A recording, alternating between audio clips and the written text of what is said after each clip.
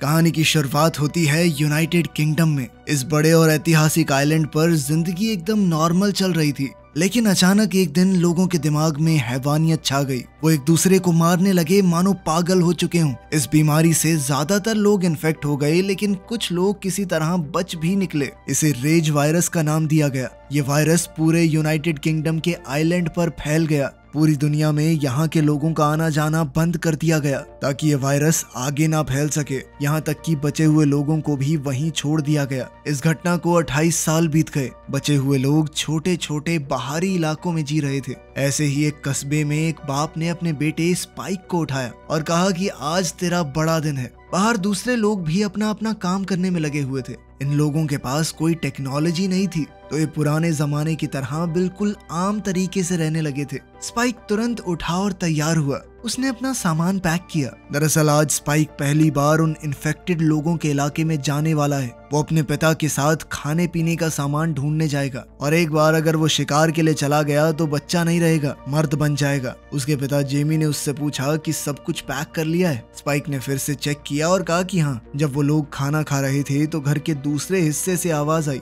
Spike की माँ उठ गई थी। जेमी पहले उसके कमरे में गया और स्पाइक पीछे पीछे। माँ ने उनकी मदद न कर पाने के लिए उनसे माफी मांगी और स्पाइक को गले लगा लिया। उसने कहा कि सुबह से मेरे सर में बहुत दर्द है। वो ठीक होने की कोशिश तो करती है, लेकिन साफ दिख रहा था कि ये बीमारी उसे पकड़ चुकी है। माँ को दोबारा बिस्तर पर लेटाकर स्पाइक अपने पिता जेमी के साथ निकल गया। जब वो लोग गांव से गुजर रहे थे तो लोग उन्हें अलविदा कहने बाहर निकले। कुछ लोग हिम्मत दे रहे थे तो कुछ बस सर हिलाकर इज्जत। एक छोटी लड़की ने तो स्पाइक को एक फल भी दिया। इस कस्बे के गेट पर वहाँ की लीडर जेनी उनका इंतजार कर रही थी। जेनी ने फिर उन्हें अपने कस्बे के नियम याद दिलाए। एक बार तुम लोग बाहर चले गए तो वापस आ सकते हो, लेकिन अगर नहीं आए तो कोई तुम्हें बचाने नहीं जाएगा। ये हमने बहुत सी ठोकरें खाकर सीखा है। बहुत लोग गए और ज्यादातर वापस नहीं आए। मतलब जब तुम मेन लैंड पर जाओगे तो सिर्फ अपने भरोसे हो, समझे? जेमी और स्पाइक ने हामी भरी। फिर जेनी ने वॉचमैन एंट से पूछा कि सब ठीक तो है ना,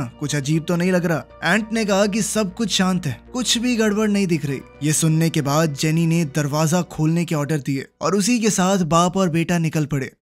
उनके पास बंदूकें नहीं हैं, सिर्फ तीर और चाकू हैं। चलते हुए जेमी ने स्पाइक से इस रास्ते के बारे में कुछ सवाल किए। स्पाइक ने बताया कि यही हमारा पुल है, सिर्फ इसी रास्ते से हम मेन लैंड जा सकते हैं। लेकिन ये रास्ता सिर्फ तभी दिखता है जब लहरें कम होती हैं। जब लहर ऊपर आ जाएगी तो ये रोड पानी में डूब जाएगा और हम भी डूब जाएंगे। जेमी ने स्पाइक को बताया कि सिर्फ 4 घंटे हैं हमारे पास, उसके बाद लहरें बहुत ऊंची हो जाएंगी, तो हम टाइम पर निकल लेंगे, ठीक है? वो दोनों संभल कर आगे बढ़ रहे थे और तभी उन्हें एक सुनसान जगह दिखाई दी। जेमी ने कहा कि यहाँ से हम अपना फ्यूल लेते हैं, एक दिन तुम्हें भी यहाँ काम करना होगा। फिर वो दोनों ऊपर की तरफ चढ़ने लगे और एक बड़ा सा खाली मैदान दिखा। इसे देखकर स्पाइक हैरान हो गया। उसने अपनी जिंदगी में सिर्फ वो छोटा सा गांव देखा था। इतनी बड़ी खुली जगह उसने कभी नहीं देखी थी। स्पाइक ने कहा कि जैसे हम बचे हुए हैं, इसी तरह और लोग भी तो अपने कस्बे बना के रह रहे होंगे। जिस पर जेमी ने कहा कि इतना मत सोचो, जो है उसमें खुश रहो, ठीक है? अब दोनों आगे बढ़ चले जंगल की तरफ। दूर कुछ हिलता हुआ दिखाई दिया।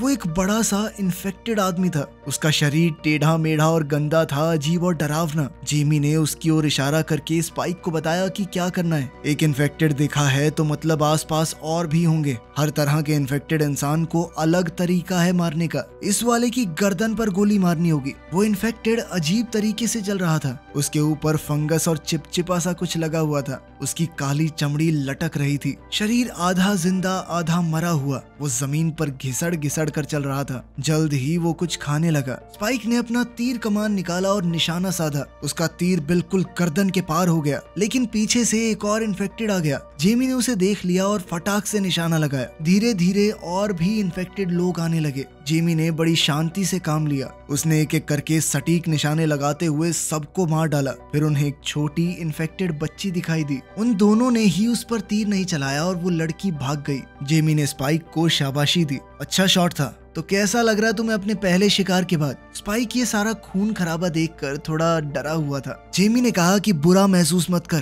क्या खाक जिंदगी जी रहे थे ये? तूने तो इन्हें मुक्ति दी है और अब हमें जल्दी से निकलना होगा, ये आवाज सुनकर और इन्फेक्टेड आ जाएंगे। अब वो दोनों और अंदर बढ़ने लगे मेन लैंड में। अचानक ही एक हिरणों का झुंड पेड़ों के बीच से भागने लगा। स्पाइक पहली बार ऐसे जानवर देखकर हैरान और खुश दोनों हो गया।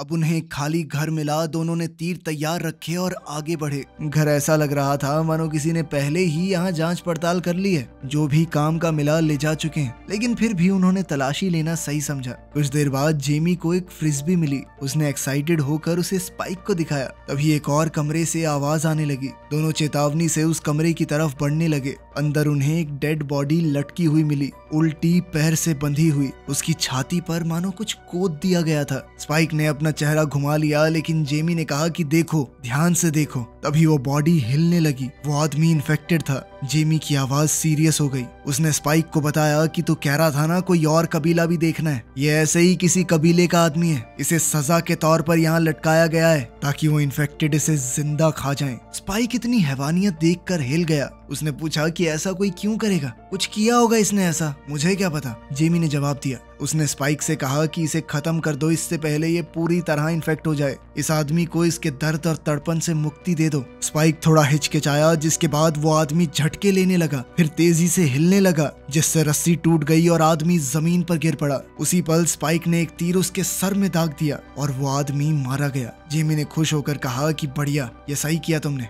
और दोनों आगे बढ़ गए। दोनों जंगल के अंदर बढ़ रहे थे। आगे उन्हें एक हिरन के बचे हुए टुकड़े मिले, फाड़े हुए, इधर उधर बिखरे हुए। ये देखकर स्पाइक को घिन आ गई। पहले लगा शायद किसी बाज ने खाया होगा, लेकिन हिरन का सर उन्हें पेड़ के ऊपर लटका हुआ मिला। इससे सब कुछ साफ हो गया। इसका एक ही मतलब है कि यहाँ पर एक अल्फा है। अल्फाज बाकी इन्फेक्टेड लोगों जैसे नहीं होते। ये ज्यादा ताकतवर, तेज और चालाक होते हैं। इंसानों की तरह काफी हद तक सोच सकते हैं। जेमी और स्पाइक तुरंत समझ गए कि जल्दी से वापस जाना होगा। स्पाइक ने पूछा, हम वापस जा रहे हैं? जेमी ने कहा कि तुमने अपना शिकार कर लिया, इसी के लिए आए थे, अब सवाल मत करो। लेकिन स्पाइक और सवाल पूछने लगा। जेमी ने उसे एकदम चुप होकर चलने के लिए कहा। दोनों तेजी से वापस जाने लगे, लेकिन अब देर हो चुकी थी। थोड़ा दूर इन्फेक्टेड दिखाई दे रहे थे। पहले एक, फिर उनके बीच में एक अल्फा भी आ गया। जेमी स्पाइक को जंगल के अंदर ले गया और पीछे से इन्फेक्टेड का एक झुंड उनकी तरफ बढ़ने लगा। इन्फेक्टेड एक अलग से तरीके से चलते हैं और बहुत तेज भी। जेमी ने तुरंत उनका सामना किया। वो और स्पाइक आगे बढ़ते रहे, दौड़ते हुए, तीर चलाते रहे। उन्हें कुछ भी करके इस झुंड से दूर रहना होगा, फंस गए तो मारे जाएंगे। लेकिन स्पाइक अब घबरा गया। डर उस पर हावी हो गया था। उसकी सारी ट्रेनिंग धरी की धरी रह गई। उसका एक भी तीर निशाने पर नहीं लग रहा था। लेकिन जेमी उन पर तीर बरसाता हुआ स्पाइक को भी साथ साथ बता रहा था कि कैसे तीर चलाना है। लेकिन स्पाइक बहुत ज्यादा डर चुका था। बड़ी मुश्किल से वो दोनों एक पुराने घर तक पहुंचे और दरवाजे को जोर से बंद कर दिया। जैसे जैसे इन्फेक्टेड उनके करीब आ रहे थे, जेमी उन्हें तीर से मार रहा था। जेमी और स्पाइक जल्दी से सबसे ऊपर वाले स्टोरेज एरिया में चढ़ गए। उन्होंने ऊपर आने के पूरे रास्ते को अपनी तरफ से जितना हो सकता था बंद कर दिया। उन्होंने देखा कि इन्फेक्टेड उन्हें अभी भी ढूंढ रहे हैं। जेमी पीछे लेट गया। वो बहुत ज्यादा थक चुका था।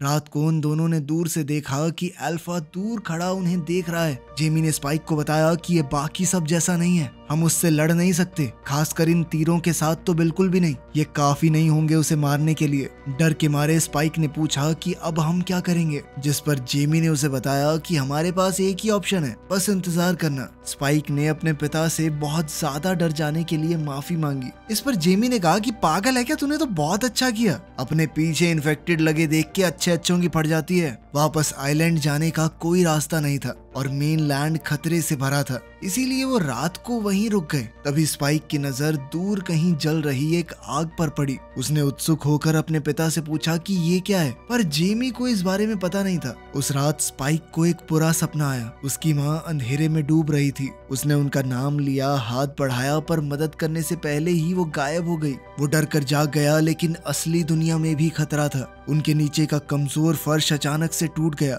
और जहाँ वो बैठे थे उस जगह का एक हिस्सा नीचे गिरने लगा। वो ऐन वक्त पर बच निकले और इस मौत के करीब वाले हादसे ने उनका फैसला और मजबूत कर दिया कि उन्हें फौरन अपने कस्बे की तरफ वापस जाना होगा। किस्मत से उस रास्ते पर अभी पानी कम था और एक पतला सा रास्ता समुद्र से खुला हुआ था। बिना देर किए वो निकल पड़े, चुपचाप और तेज चलकर। जैसे ही वो आइलैंड के करीब पहुंचे तो बाप बेटे दोनों ने चैन की सांस ली, लेकिन उनकी राहत ज्यादा देर तक नहीं टिकी। जंगल से अचानक पक्षियों का झुंड उड़ता हुआ निकला। कुछ तो गड़बड़ है। ये अल्फा था जो पूरी रफ्तार से उनकी तरफ दौड़ रहा था। वो दोनों भागे और आगे आइलैंड का गेट नजर आया। उन्होंने जोर से चिल्लाकर वार्निंग दी, जिसे दीवारों पर खड़े रक्षक ने तुरंत सुन लिया और तीर बरसाने लगा उस खतरे पर। लेकिन ये तीर अल्फा को मारने के लिए काफी नहीं थे। वो वापस से उठ खड़ा हुआ और उनका पीछा करता रहा। अचानक स्पाइक का पैर जवाब दे गया। जेमी और स्पाइक दोनों जमीन पर गिर पड़े और अल्फा उनके बेहद करीब आ गया।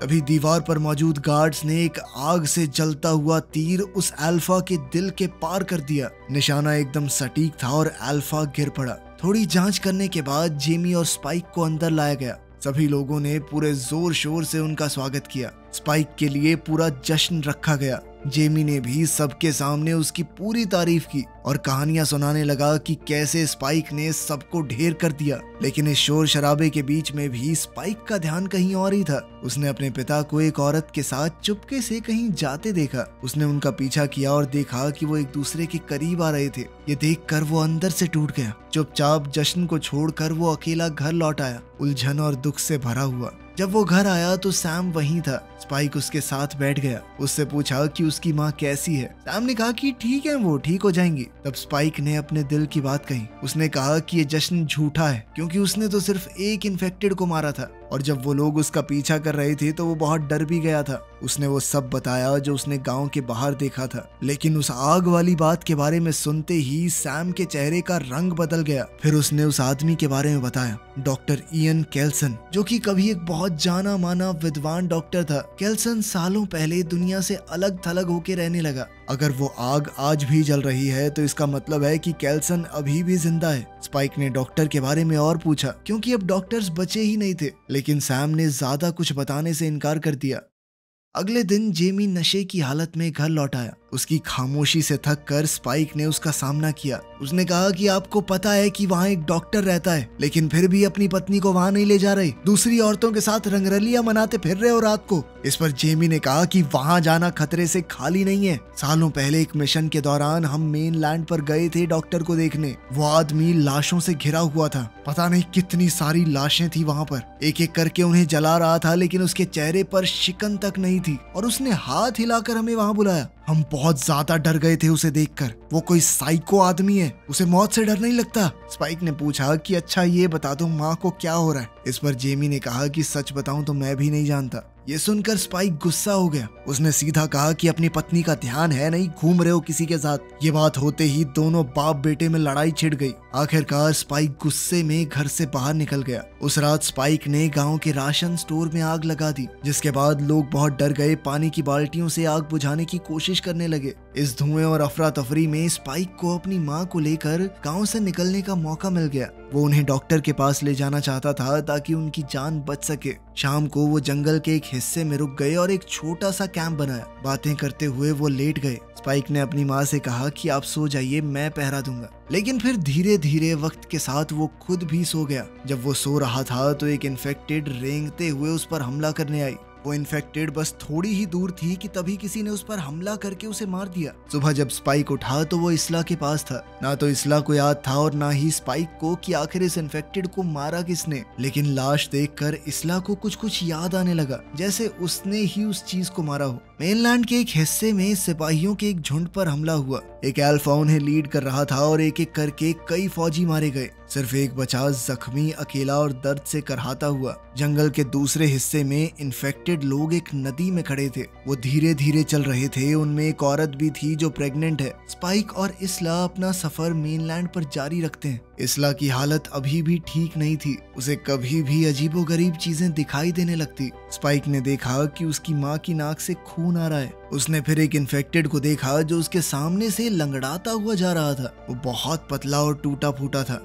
इस कस्बे के गेट पर पर जैसे ही उसकी लाश जमीन पर गिरी, उसकी आवाज पास के इन्फेक्टेड लोगों के पास पहुंच गई, जिसके बाद एक छोटा सा झुंड उनके पीछे भागना शुरू हो गया। मजबूर होकर स्पाइक और इसला एक पुराने पेट्रोल पंप में घुस गए। यहाँ पर किसी तरह की गैस फैली हुई थी। सांस लेना बहुत मुश्किल हो रहा था और ऊपर से इन्फेक्टेड लोग यहाँ से भी करीब आ रहे हैं। तभी वो अकेला सिपाही भी वहाँ पहुँच गया। उसके गोली चलाते ही गैस ने आग पकड़ ली और इन्फेक्टेड जलकर मारे गए। बाहर निकलने के बाद उन्होंने उस आदमी को देखा जिसने उनकी जान बचाई थी। उसने अपना नाम एरिक बताया। उसकी आंखों में शक साफ दिख रहा था। उसने स्पाइक और इसला को इसलिए बचाया था क्योंकि उसे था कि ये लोग आइलैंड के ही हैं, ये मेरी मदद जरूर करेंगे। एरिक चलना चाहता था पर स्पाइक अपनी माँ को छोड़ने के लिए बिल्कुल भी तैयार नहीं था। वो तीनों फिर से जंगल की तरफ चल दिए। एरिक ने इसला को अपनी पीठ पर उठा लिया। रास्ते में एरिक ने बताया कि उसकी टीम का जहाज समुद्र में तूफान से टूट गया। सिर्फ वही बचकर यहाँ तक पहुँच पाया है,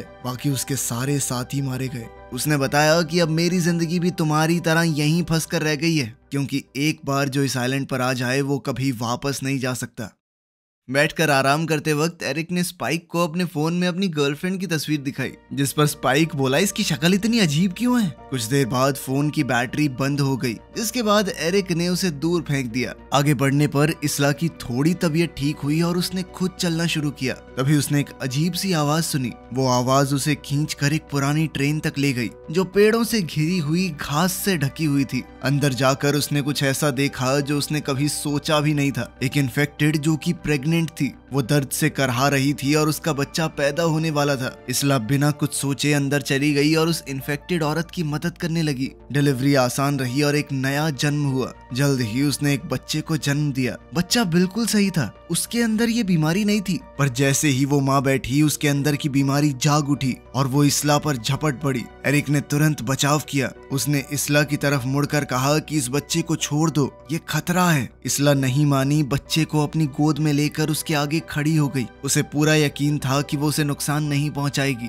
तभी अचानक पेड़ों के बीच से एक अल्फा निकला और उसने पल भर में एरिक को चीर फाड़ दिया। स्पाइक और इसला उसे देखकर भाग निकले। अल्फा उनके बिल्कुल पीछे था। जैसे ही वो उन्हें पकड़ने वाला था, एक आदमी सामने आया, डॉक्टर केल्सन। उसने एक पाइप में फूंक मारकर एक डार्ट सीधा अल्फा को मार दिया। तीर में कुछ तो ऐसा मिला हुआ था कि अल्फा वहीं रुक गया। वो बेहोश होकर नीचे गिर पड़ा। केल्सन ने तुरंत एरिक का सर उठाया और तब स्पाइक को पता चला कि यही आदमी डॉक्टर केल्सन है। उसने अपना नाम बताया और कहा कि हमें आपकी मदद की जरूरत है। डॉक्टर केल्सन उन्हें गहरे जंगल के अंदर ले गया। फिर उन्होंने कुछ ऐसा देखा जो उन्होंने कभी नहीं सोचा था। उसने खोपड़ियों के एक ढेर का बड़ा पिरामिड बना रखा था। हर खोपड़ी एकदम सोच के सेट की गई लगती थी। एरिक के शरीर को जलाने के बाद डॉक्टर केल्सन ने उसकी खोपड़ी स्पाइक को दी और कहा कि इसे भी पिरामिड में रख दो। स्पाइक अभी भी काफी शॉक में था। वो बिना कुछ बोले वही करता गया जो कहा गया। फिर केल्सन बच्चे की तरफ मुड़ा। स्पाइक ने उससे कहा कि बच्चा इन्फेक्टेड नहीं है। ये सुनकर तो डॉक्टर केल्सन पूरी तरह हैरान हो गया। ये एक बड़ी खोज थी, यानी कि अब भी चांस है इंसानियत के बचने का इस आइलैंड पर। लेकिन बच्चे को जिंदा रहने के लिए दूध चाहिए। पानी से वो ज्यादा समय तक नहीं बच पाएगा। डॉक्टर ने इसला की जांच की और उसका चेहरा एकदम गंभीर हो गया। उसने दुखी मन से इसला को बताया कि तुम्हें कैंसर है, जो कि बहुत ज्यादा फैल चुका है। पुराने समय की आधुनिक तकनीक से शायद उसका इलाज हो सकता था, लेकिन पूरी तरह से तो वो तब भी ठीक ना हो पाती और अब तो कोई चांस ही नहीं है। स्पाइक परेशान होकर केल्सन से कहने लगा कि कोई तो रास्ता निकालो, कुछ भी करके मेरी माँ को बचा लो। लेकिन इसला कहीं ना कहीं जानती थी कि वो मरने वाली है। जब स्पाइक रोने लगा तो उसकी माँ ने उसे गले लगा लिया और शांत करने की कोशिश की। फिर उसने वो बच्चा स्पाइक के हाथ में दिया। डॉक्टर केल्सन उसके पास आया। उसने इसला को बताया कि मैं तुम्हें एक बिना दर्द की मौत दे सकता हूँ, कोई तकलीफ नहीं होगी, बस तुम आराम से सो जाओगी। जब इसला ने हामी भरी तो उसे एक इंजेक्शन दिया गया। इसला बिना किसी दर्द और डर के चल बसी। स्पाइक उस वक्त वहां नहीं था, वो बच्चे के साथ थोड़ा दूर रहा। थोड़ी देर बाद केल्सन ने उसे उसकी माँ का स्कल पकड़ाया। स्पाइक ने उसे उठाया और पिरामिड पर चढ़कर सबसे ऊपर रख दिया। उसने धीरे से कहा कि माँ, मैं तुम्हें हमेशा प्यार करूंगा। जैसे ही सुबह हुई उन्हें महसूस हुआ कि अल्फा वहां आ चुका है। वो बहुत ज्यादा गुस्से में था। डॉक्टर केल्सन स्पाइक और बच्चे को लेकर जमीन के अंदर छुप गया, लेकिन अल्फा ने केल्सन को पकड़ लिया। स्पाइक ने तुरंत एक बेहोश करने की दवाई उठाई और उस क्रीचर में घुसा दी, जिससे केल्सन की जान बच गई। केल्सन ने स्पाइक का शुक्रिया अदा किया और कहा कि अब तुम्हें आगे बढ़ना चाहिए। स्पाइक अपने सफर पर निकल गया और लगभग 28 दिन बाद वो अपने कस्बे के गेट तक पहुंचा। वहां उसने बच्चे को एक नोट के साथ छोड़ दिया। उस नोट में लिखा था कि मुझे मत ढूंढना, बस इस बच्चे का ख्याल रखना। उसने उस बच्ची का नाम भी लिखा, इसला, अपनी माँ के नाम पर। समुद्र के उस पार जेमी अपने बेटे को दोबारा से नहीं खोना चाहता था, लेकिन लहरें बहुत तेज थी, पार करना मुमकिन नहीं। वो जोर जोर से चिल्लाकर स्पाइक तक पहुंचने की कोशिश करता रहा, पर उसकी आवाज लहरों में दब कर रह गई। उसका बेटा पहले ही जा चुका था। जंगल में स्पाइक अकेला छोटी सी आग पर मछली पका रहा था। तभी खतरा वापस आ गया। एक इन्फेक्टेड चुपके से उसकी तरफ आया, लेकिन स्पाइक ने उसे मार गिराया। फिर और इन्फेक्टेड आ गए और जैसा उसके पिता ने सिखाया था, स्पाइक धड़ाधड़ तीर चलाता रहा। तभी कोई दूसरा आदमी आया और उसके शिकार की तारीफ करने लगा। बहुत सारे इन्फेक्टेड अब उनके पीछे आने लगे। स्पाइक लगभग घिर चुका था, भागने का कोई तरीका नहीं। तभी वो आदमी अपने बाकी साथियों के साथ लड़ाई में कूद पड़ा और सभी इन्फेक्टेड लोगों को खत्म कर दिया। उस आदमी ने अपना नाम जिमी बताया। उसने स्पाइक से कहा कि अगर तुम अकेले हो तो हमारे साथ रह सकते हो। तो चलो, स्पाइक को भी अपना नया घर मिल गया। वीडियो पसंद आई तो लाइक कर देना, चैनल को सब्सक्राइब कर लेना। मिलते हैं अगली वीडियो में।